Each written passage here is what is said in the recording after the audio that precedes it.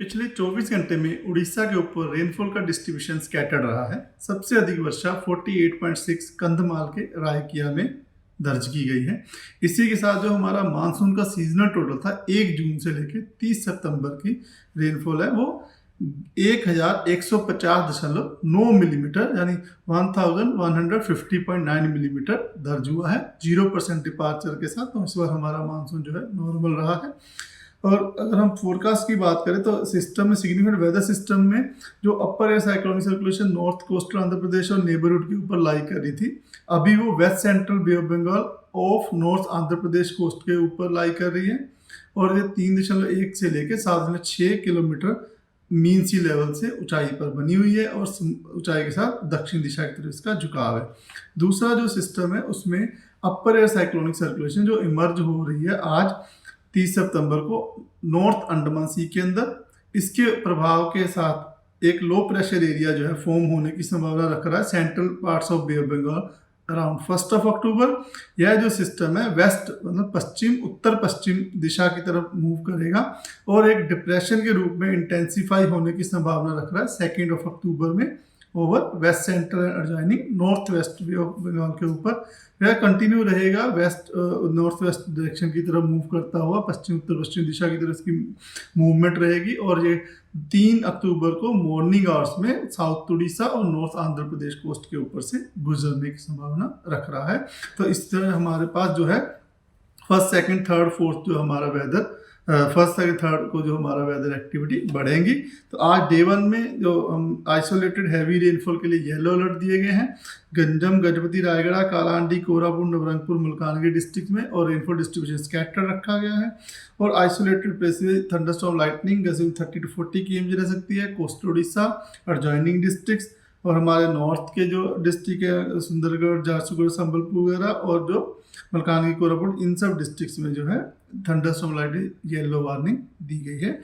इस 1 अक्टूबर को rainfall distribution wide spread होने की संभावना है और आइसोलेटेड हैवी रेनफॉल के लिए येलो अलर्ट दिया गया है जहां गंजम गजपति रायगढ़ कोरापुट मलकानगिरी नवरंगपुर कालाहांडी और कंधमाल डिस्ट्रिक्ट्स में। और थंडरस्टॉर्म लाइटनिंग 40 to 50 kmph रह सकती है जहाँ हैवी रेनफॉल दी है उन जगहों पे, और बाकी जगहों पे 30 से 40 किलोमीटर प्रति घंटा की रफ्तार से हवा जो है बह सकती है। 2 अक्टूबर को जो है बारिश का प्रभाव पूरे उड़ीसा में दिखने की संभावना रख रहा है। वाइड स्प्रेड रेनफॉल डिस्ट्रीब्यूशन रह सकता है। ऑरेंज अलर्ट दिया गया है जिसमें कि 7 सेंटीमीटर से 20 सेंटीमीटर तक की जो बारिश हो सकती है। Heavy to very heavy rainfall 1-2 स्थानों पे होने की संभावना है। 5 डिस्ट्रिक्ट को ऑरेंज अलर्ट पे रखा गया है गजपति रायगढ़ कोरापुट मलकानगिरी और कंधमाल डिस्ट्रिक्ट। बाकी येलो वार्निंग में जहाँ मयूरभंज क्योंझर बालासोर नवरंगपुर कालाहांडी गंजम पुरी खुर्दा नयागढ़ और कटक डिस्ट्रिक्ट जो है रखे गए हैं yellow warning isolated heavy rainfall के लिए। थंडरस्टॉर्म लाइटनिंग जैसे 40 to 50 kmph रह सकती है हैवी और वेरी हैवी रेनफॉल डिस्ट्रिक्ट्स में। बाकी जगह पे 30 to 40 kmph के साथ गस्टी विंड चलने की संभावना है जिसकी वजह से येलो वार्निंग दी गई है। 3 अक्टूबर को भी रेनफॉल फेलियर से रह सकता है। हैवी रेनफॉल के लिए येलो वार्निंग जो हमारे इंटीरियर के कुछ डिस्ट्रिक्ट्स हैं सुंदरगढ़ देवगढ़ झारसुगुड़ा संबलपुर इसके आसपास के जो डिस्ट्रिक्ट हैं हमारे साउथ इंटीरियर में भी कुछ डिस्ट्रिक्ट बोलांगी नुआपाड़ा इन सब में हैवी रेनफॉल के लिए येलो वार्निंग दी गई है। थंडरस्टॉर्म लाइटनिंग रहने की संभावना है। गस्टी 30 to 40 km रह सकती है। बाकी 4, 5, 6 को rainfall distribution Fairlie wide spread रह सकता है। फिशरमैन भाइयों को एडवाइस दी जाती है कि वो मछलियां पकड़ने 1, 2, 3, 4 अक्टूबर को ना जाएं क्योंकि स्केली वेदर रहने के sea condition moderate to rough रह सकती है सेंट्रल पार्ट नॉर्थ पार्ट और along and off Orissa coast region के ऊपर।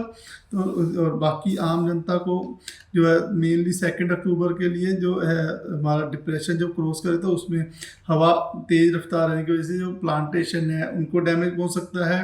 कच्चा हाउस लूज स्ट्रक्चर है वहाँ पे उनके लिए माइनर डैमेज हो सकता है। लोकलाइज फ्लडिंग रोड्स के ऊपर हो सकती है। डिसरप्शन ऑफ ट्रैफिक हो सकता है वाटर लॉगिंग की वजह से। मड स्लाइड और लैंड स्लाइड भी जो हमारे हिली रीजन है वहाँ होने की संभावना है। तो आप एडवाइस दी जाती है कि वो ट्रैफिक एडवाइजरी फॉलो करें और वेदर एडवाइजरी को भी फॉलो करें। धन्यवाद।